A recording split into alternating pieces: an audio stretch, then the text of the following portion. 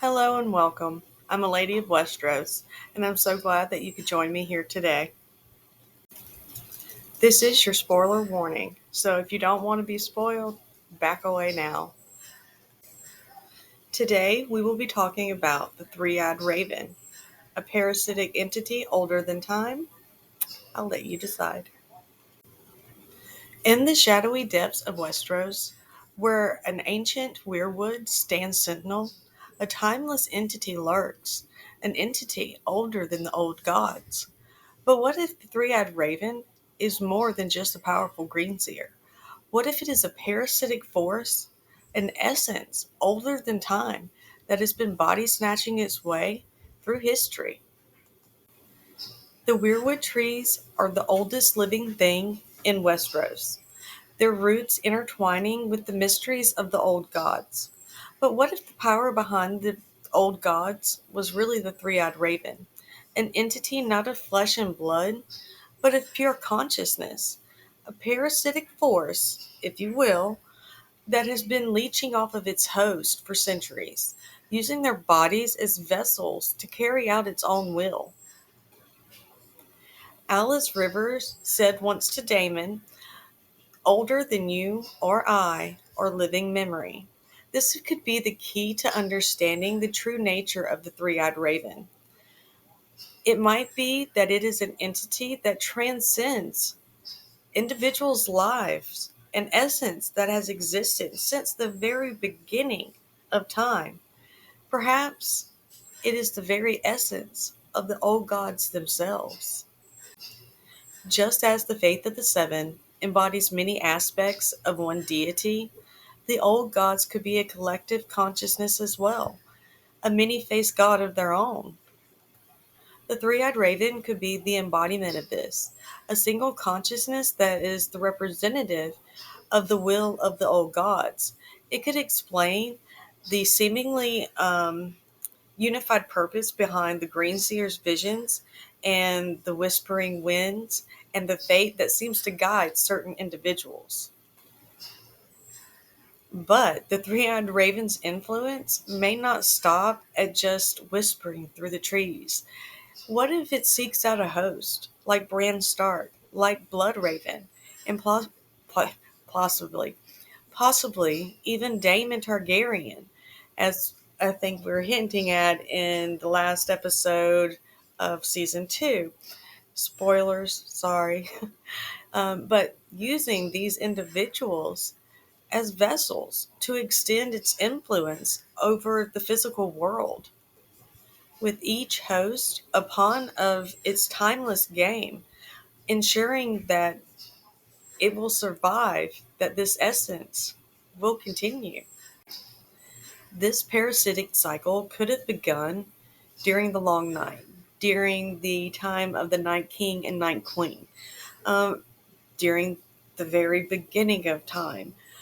Like, what if the three eyed raven was just there, orchestrating events, guiding our heroes, our villains, from the Night's Watch down to Dorne and across the narrow sea, even to victory, to failure, but not out of benevolence, but out of simply a means to survive. And what if poor Bran Stark is just the latest host? That he is just one in a long line of greenseers who have unwittingly giving their minds and their bodies over to this ancient force. Perhaps Bran's journey was never about saving Westeros or the world, but about the three-eyed raven just ensuring its own survival. That's my dog. The three-eyed raven's fight might be one of purely survival, as it battles the growing influence of the faith of the seven, of R'hllor, of the drowned god even. Each weirwood that is cut down, each godswood that is left vacant as lords and ladies from prominent houses go to the sept to light candles and do their prayers as their people follow suit. It leaves the old gods wanting. They are losing their influence, and in turn losing their power. And then in extension, the three-eyed raven losing his. So the White Walkers are often seen as the ultimate enemy. But what if they are just another force for the three-eyed raven to use to control its survival? A battle not of good versus evil, but of ancient powers struggling to outlast one another in a world that has moved on from them. The three-eyed raven is more than just an old man in a tree. I think that much we can all agree on. It could be a parasitic entity, an ancient force that has been body snatching its way through history, ensuring its own survival through the ages to outlast its rival gods, if you will. And Bran Stark might truly just be the latest victim in this long, dark history of the Three Eyed Raven, the old gods, and this ancient battle. Um, as the old powers fade and the new ones rise, one has to wonder, how long can the Three Eyed Raven truly endure before it too is forgotten? Because do you really think that people are going to remember unless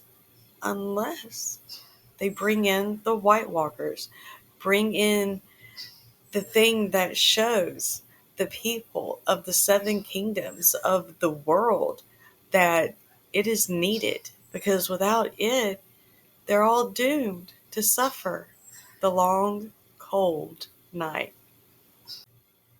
So, what do you think? Is the three eyed raven an ancient parasitic force fighting to survive in a world that is leaving it behind? Let me know in the comments below. And don't forget to like, share, and subscribe.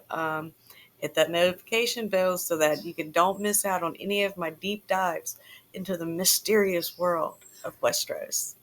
Thanks for joining me, and until next time, bye.